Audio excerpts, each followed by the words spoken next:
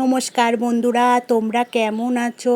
আশা করছি তোমরা ভালো আছো। আমিও তোমাদের কৃপায় আর ভগবানের কৃপায় ভালোই আছি। আর আমার গাছের ফুল দিয়ে তোমাদেরকে আমি অভিনন্দন জানিয়ে আমার ভিডিওটা শুরু করছি। আমার একটা ছোট্ট ফুল বাগান আছে, সেই বাগানের ছবি তোমাদেরই খুব শিগগির আমি তোমাদের সঙ্গে শেয়ার করব। এগুলো সব আমার ফুল বাগানের ছবি তোলা ছিল, সেইগুলো তোমাদের সঙ্গে শেয়ার করছি। আর আজকে আমি ডিনারে লাল লাল চিকেন কারি আর রুটি বানিয়েছি, সেইটাই তোমাদের সঙ্গে শেয়ার করব। তাহলে বন্ধুরা তোমরা দেখতে থাকো। আমার ভিডিওটা দেখলে তোমাদের ভালো লাগবে, আর ভালো লাগলে একটা লাইক আর সাবস্ক্রাইবার করে আমার পাশে থেকো। তাহলে বন্ধুরা দেখতে থাকো আমি লাল লাল চিকেনটা কি করে বানাই। দেখো, এই চিকেনটা আমি মাখিয়ে রেখে দিয়েছিলাম দুপুরবেলায়, আর এই সন্ধেবেলায় আমি চিকেনটা বানাচ্ছি। চিকেনটা ফ্রিজে ছিল, ফ্রিজ থেকে জল ঝরিয়ে আমি দেখো নুন, হলুদ, দই, কাশ্মীরের লঙ্কার গুঁড়ো আর তেল এই দিয়ে আমি ভালো করে হাত দিয়ে এটাকে দুপুরবেলায় ম্যারিনেট করে রেখেছিলাম। রেখে দুপুরবেলায় আজকে আমি কোনো রান্না করিনি মানে তার একটা কারণ আছে। কারণটা হচ্ছে আমার ছেলে আর মেয়ে, তো একটা ছেলে একটা মেয়ে। ছেলে গেছিলো বন্ধুদের সঙ্গে আলিপুর চিড়িয়াখানায়, আর মেয়েকে আমার হাজব্যান্ড নিয়ে গেছে গ্রামের বাড়িতে। আমার কিন্তু দুটো বাড়ি, আমার গ্রামেও বাড়ি আছে, আবার আমি শহরেও আমি একা এখানে আমার হাজব্যান্ডের কর্মক্ষেত্রে আমি এখানে থাকি ফ্ল্যাটে। আর আমাদের গ্রামের বাড়িতে আছে শ্বশুর শাশুড়ি আছে, দেওর আছে, আর দেওরের একটা ছেলে আর তার বউ আছে। দেখো ম্যারিনেটটা করে আমি দুপুরবেলা দেখো ঢেকে দিয়ে রাখলাম। বন্ধুরা সন্ধেবেলায় চলে এসেছি। দুপুরবেলা তো দেখতেই পারলে ম্যারিনেট করে রেখে দিয়েছিলাম মাংসটা, আর এখানে আমি সন্ধেবেলায় রান্না করতে চলে এসেছি। তার জন্য দেখো সব তৈরি করে নিয়েছি, আলু কেটে নিয়েছি, এদিকে পেঁয়াজটা বেটে নিয়েছি, আর এদিকে হচ্ছে আদা, রসুন, লঙ্কা ওইটাও তৈরি করে নিয়েছি।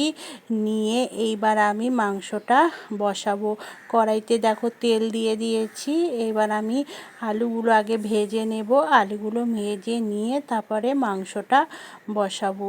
যাই হোক বন্ধুরা, এই পর্যন্ত যারা যারা তোমাদের মূল্যবান সময় নষ্ট করে আমার ভিডিওটা দেখেছো, তারা একটা সাবস্ক্রাইবার করে আর একটা লাইক করে আমার পাশে থেকো।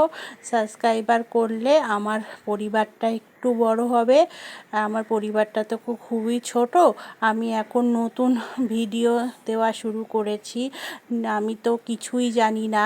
যদি আমার পরিবারটা বড় না হয় তাহলে আমি কি করে শিখবো, কি করে ভিডিও বন্ধুরা কথা বলতে বলতে তো আলুগুলো লাল লাল করে ভেজে প্লেটে তুলে রাখলাম। তুলে রেখে ওই তেলের মধ্যে একটু কুচনো পেঁয়াজ কেটে রেখেছিলাম একটা মতো, সেই কুচনো পেঁয়াজটা দিয়ে দিলাম। দেওয়ার পরে আমি যে বেটে রেখেছি পেঁয়াজ, সেইটাও আমি এরপরে দিয়ে দেব।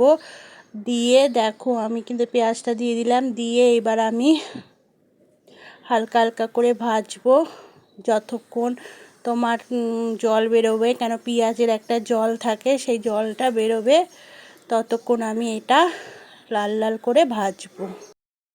আমার তো ভাজা হয়ে গেছে। ভাজা হয়ে যাওয়ার পরে আমি যা মশলা করেছিলাম আদা, রসুন, লঙ্কা বাটা, সেটাও এর মধ্যে দিয়ে দিলাম।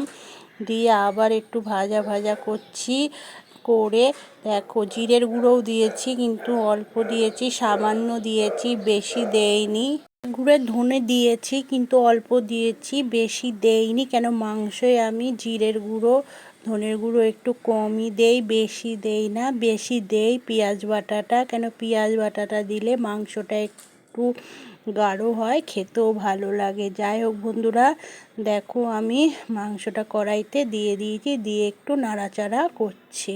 দেখো বন্ধুরা, মাংসটা যত নাড়াচাড়া করব তত জল বেরোবে, দেখতেই পাচ্ছ।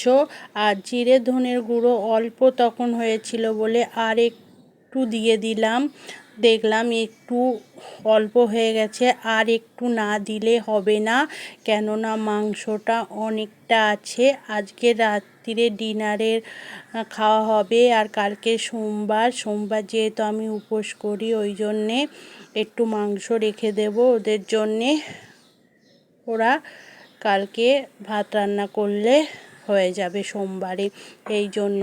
দিকে দেখো আলুগুলো ভাজা ছিল, সেই আলুগুলো আমি ভেজে এর মধ্যে দিয়ে দিলাম, দিয়ে এবার দেখো আবার নাড়াচাড়া করছি। দেখো যত নাড়াচাড়া করছি জল বেরোচ্ছে, কেননা ম্যাগনেট করা ছিল দই দিয়ে, দইতে একটা জল আছে। তারপরে মাংসটা ফ্রিজ থেকে বের করেছি, তারও দেখো বন্ধুরা আস্তে আস্তে করে নাড়াচাড়া করছি, মাঝে মাঝে নাড়াচাড়া করছি, মাঝে মাঝে করছি না। জলটা একটু শুকিয়ে আসবে, আর জিরে ধনের গুঁড়োটা একটু কম হয়ে গেছিলো, এখন একটু দিয়ে কালারটা ভালো লাগছে। আর এদিকে দেখো কাঁচা লঙ্কা কটা দিয়ে দিয়েছি, দিয়ে এইবার আমি যে গরম জলটা করে রেখেছিলাম সেই গরম জলটা ঢেলে দিলাম। দেখো কালারটা কত সুন্দর এসেছে। এটা রাত্রিবেলায় রান্না করছি তো, সেই জন্য হয়তো তোমরা ভিডিওতে কালারটা খুব একটা ভালো দেখতে পাচ্ছ না, কিন্তু কালারটা খুব সুন্দর হয়েছিল। আর এদিকে দেখো ঝোলটা আমার ফুটে গেছে, ঝোলটা আমি ফুটলো, দেখতে পাচ্ছ। চিকেনটা আমার হয়ে গেছে, আমি একটু গরম মশলা দিয়ে এবার চিকেনটা নামিয়ে ফেলবো। বেশি আর ঝোল কমাবো না, কেন বেশি ঝোল কমালে একটু রুটি খেতে আমাদের একটু অসুবিধা। দেখো চিকেনটা হয়ে গেছে, চিকেনটা নামিয়ে ফেলেছি। আর ওইদিকে আমি চিকেনের ঝোলটা যখন ফুটছিল তখন আমি অল্প একটু আটা মেখে নিয়েছি, যেহেতু আমি আর ছেলে দুজন আছি, সেই জন্য অল্পই রুটি করব, বেশি রুটি করব না। দেখো বন্ধুরা রুটিগুলো আমি করা শুরু করে দিয়েছি, রুটিগুলো ছ্যাঁকা হচ্ছে। এইবার রুটিগুলো হয়ে যাবে পরে ছেলে আর আমি খেয়ে নেবো।